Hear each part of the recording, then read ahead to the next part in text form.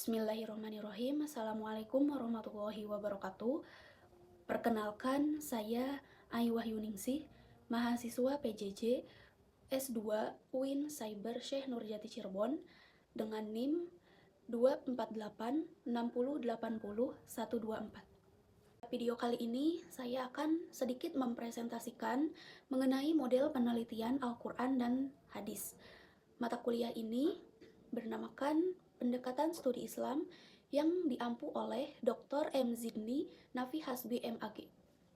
Penelitian Al-Quran dapat diartikan sebagai usaha-usaha untuk memahami ayat-ayat Al-Quran dan meneliti penafsiran yang telah ada. Adapun tujuannya ialah untuk yang pertama, memahami makna dan pesan Al-Quran secara akurat. Yang kedua, untuk mengembangkan pemahaman tentang ajaran Islam. Dan yang ketiga, untuk meningkatkan kesadaran akan nilai-nilai moral dan spiritual. Sementara itu, terdapat beberapa manfaat dalam penelitian Al-Quran. Di antaranya, yang pertama untuk meningkatkan pemahaman Al-Quran. Yang kedua, untuk mengembangkan kesadaran spiritual. Yang ketiga, untuk meningkatkan keilmuan dan pengetahuan. Yang keempat, untuk membantu dan mengambil keputusan. Dan yang terakhir ialah untuk meningkatkan toleransi dan pemahaman antar umat beragama. Berikut beberapa metodologi dalam penelitian Al-Quran. Terdapat 4 metodologi dalam penelitian Al-Quran. Yang pertama ada analisis tekstual. Tidak hanya menerjemahkan, tetapi juga memahami konteks dan struktur bahasa. Yang kedua, studi historis. Memahami latar belakang dan konteks sejarah. Yang ketiga, ada perbandingan dengan sumber-sumber lain, seperti dari hadis, sirah, dan literatur Islam lainnya. Yang keempat atau yang terakhir, ada pendekatan filosofis dan teologis. Selanjutnya ialah penelitian hadis. Penelitian hadis merupakan studi yang mendalam mengenai hadis, yaitu perkataan, perbuatan, maupun persetujuan Nabi Muhammad SAW. Terdapat beberapa tujuan dalam penelitian hadis ini. Yang pertama, memahami ajaran Islam secara akurat. Yang kedua, mengembangkan pemahaman tentang sirah nabawiyah atau sunnah Nabi. Yang ketiga atau yang terakhir, dapat meningkatkan kesadaran akan nilai-nilai moral dan spiritual, sama seperti penelitian Al-Quran. Terdapat metodologi dalam penelitian hadis ini. Yang pertama ada analisis tekstual, memahami struktur dan bahasa. Yang kedua ada studi historis atau memahami latar belakang dan konteks sejarah. Dan yang ketiga ada perbandingan dengan sumber-sumber lain seperti Al-Quran, sirah, dan literatur Islam. Dan yang terakhir ada pendekatan filosofis dan teologis. Ini tidak beda jauh dengan penelitian dalam Al-Quran. Nah, adapun manfaatnya ialah untuk meningkatkan pemahaman sunnah Nabi. Yang kedua, untuk mengembangkan kesadaran spiritual. Yang ketiga, untuk meningkatkan keilmuan dan pengetahuan.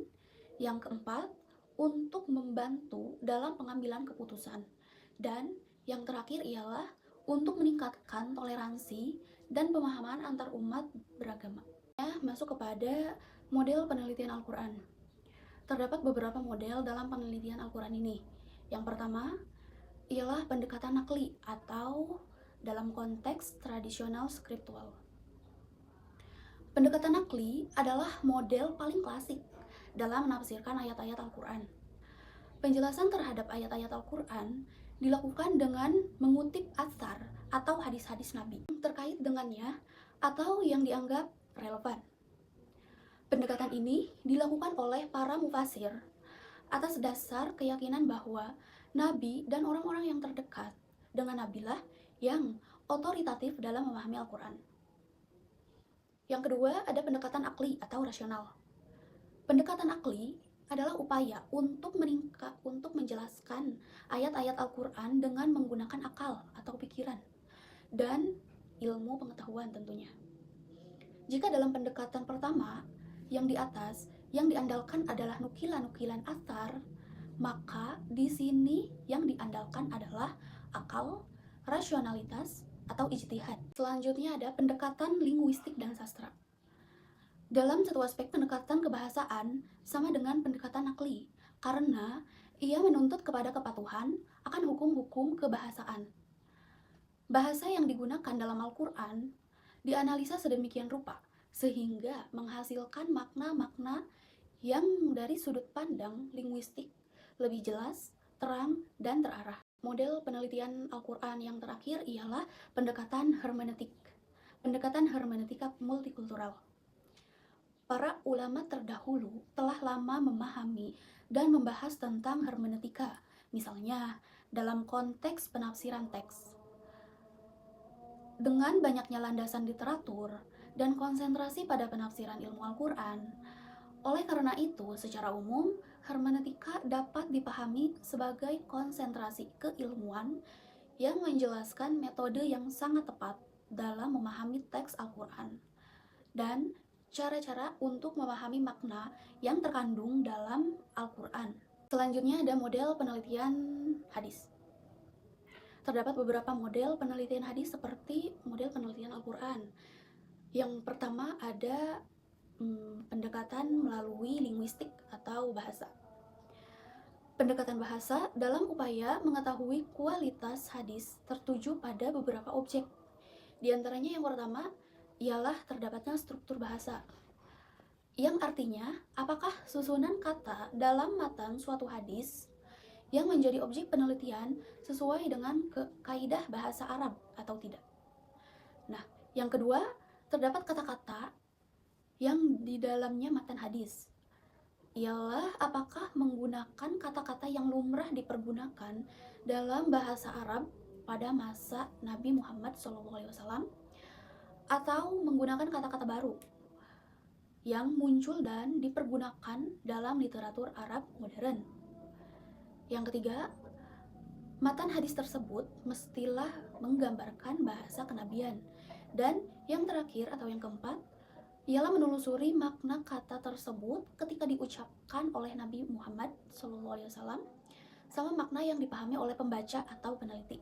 Selanjutnya, dalam model penelitian hadis terdapat pendekatan asbabul wurud atau pendekatan historis. Asbabul wurud artinya peristiwa yang melatar belakangi munculnya suatu hadis.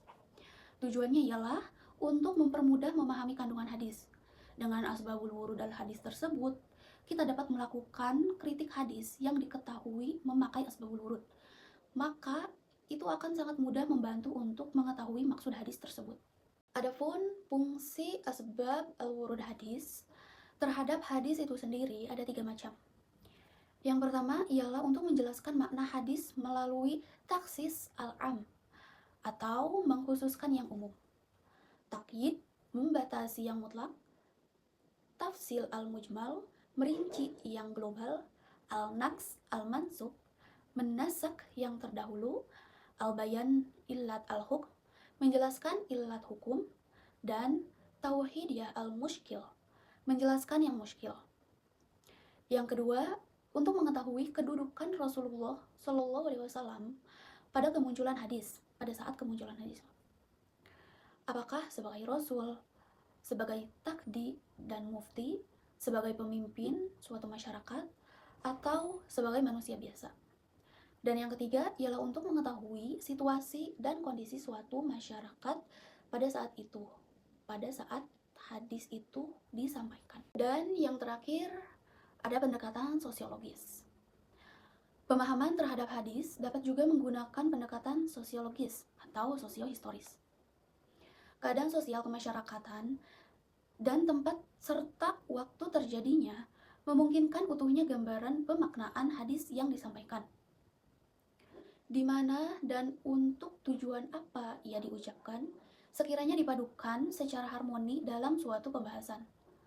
Oleh karena itu, pendekatan ini dapat dimanfaatkan sehingga diperoleh hal-hal yang bermanfaat secara optimal dari hadis yang disampaikan, sehingga maksud hadis benar-benar menjadi jelas dan terhindar dari berbagai perkiraan yang menyimpang.